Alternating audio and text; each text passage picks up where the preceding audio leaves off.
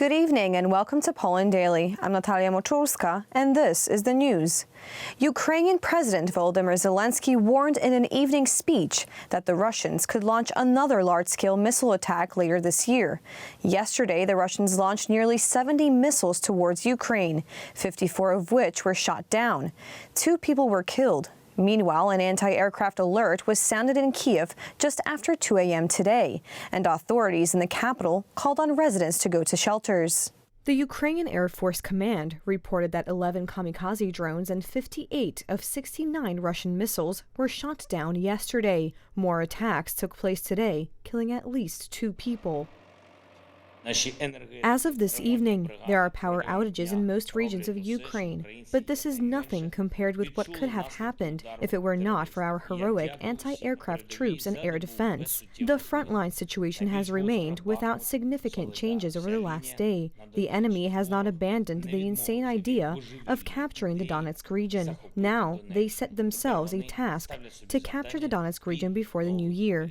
Ukraine's energy system has come under Russian fire almost daily for more than 2 months. Thermal power plants representing more than 50% of the country's energy infrastructure have been damaged, Ukraine's energy minister told Niezależna.pl in an interview. In addition to the restoration of energy supplies, the deployment of invincibility centers is underway across the country. These are specially equipped places where you can come to warm up, charge phones, access the internet, and replenish drinking water supplies. More than 5,000 such points are already in operation, and the number is expected to triple. Despite the temporary warming, people are suffering from shortages of energy and basic products. The situation is being followed by our correspondent Witold Newewicz. The change in temperature, on the one hand, has not had the best effect on the maneuverability of the Ukrainian army. Maybe that's why we're waiting, and an offensive was already announced before Christmas. But it certainly relieved the plight of residents. People are coping as best as they can. Generators are being used. Ukrainians, of course, always have celebrated very festively and lavishly the arrival of the new year.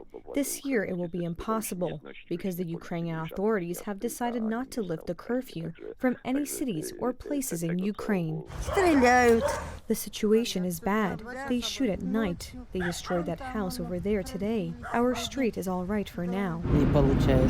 I can't remember the last time it was peaceful. There is no electricity, no water, nothing. Worst of all, no electricity and no communication with anyone. This is a tragedy in itself. There has been no electricity for some 6 to 7 months. Well, I never imagined that. I never thought something of this magnitude would happen in my country. I never thought that I would be delivering humanitarian aid to people who live in one of the most fertile lands in the world. Earlier today, Vladimir Putin held a conversation with Chinese leader Xi Jinping. The Russian president invited the Chinese president to visit Moscow in the spring of 2023. A special place in the entire range of Russian-Chinese cooperation and our relations is taken by military and a military technical cooperation. We aim to strengthen cooperation between the armed forces of Russia and China.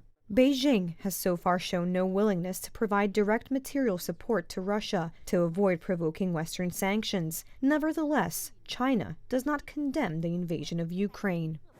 In the face of a difficult and far from unambiguous international situation, we are ready to build up strategic cooperation with Russia, provide each other with development opportunities, be global partners for the benefit of the peoples of our countries, and in the interests of stability throughout the world.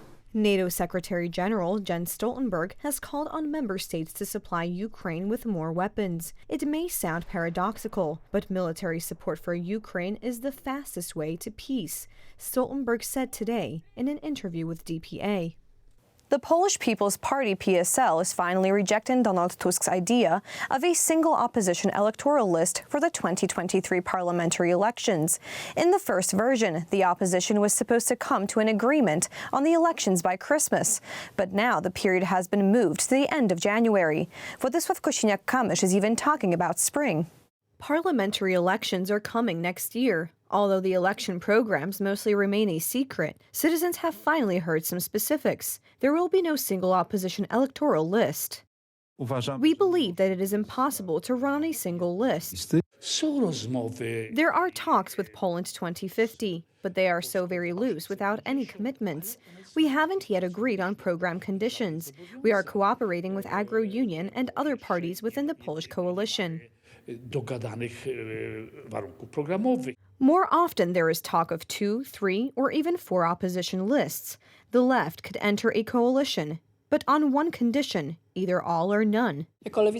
As the left, we put ourselves at the disposal. We believe that it is necessary to win Poland for Polish women and men. If there is a joint list, we have such readiness. If PSL doesn't want it, well, there probably won't be this joint list, because if we are talking about a joint list, we are talking about all the parties of the democratic opposition. Representatives of the current government are skeptical about the idea of a joint opposition list. Imagine what the cohesion of a coalition such as PO, PSL, 2050, the left, and a confederation would look like, given that the president is from the right. We, of course, have differences in the United Right camp, but they concern a small number of issues. For now, voters can rest assured that despite these differences, the United Right will remain united.